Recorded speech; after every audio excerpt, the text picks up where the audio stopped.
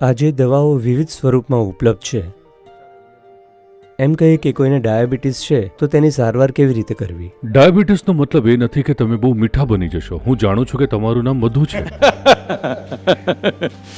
એનો મતલબ એ નથી. તેનો મતલબ બસ એ છે કે અમુક અવયવો ગમે તે કારણોસર યોગ્ય રીતે કામ નથી કરી for રહ્યા. whatever reasons.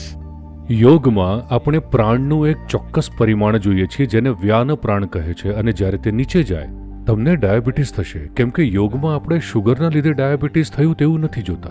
તેને શરીરના વિઘટનનો એક માર્ગ તરીકે જોઈએ છીએ. શરીરને જે સાચવે છે તે મૂળભૂત ઉર્જા નબળી પડી ગઈ છે. આપણી પાસે સિદ્ધમાં શક્તિશાળી સિસ્ટમ્સ છે, પણ સિદ્ધ થોડુંક કડવું હોય છે. જો તમારી ડાયાબિટીસ તમને બહુ હેરાન ન કરતી હોય તો તમે આવી કડવી દવા નહીં લો. પછી આપણે આયુર્વેદ પસંદ કરીશું. તો આને ઉલટાવવાના રસ્તાઓ છે. યોગિક અભ્યાસ વડે, સિદ્ધ વૈદ્ય, અમુક અંશે આયુર્વેદ અને યોગ્ય આહાર અને વ્યાયામ.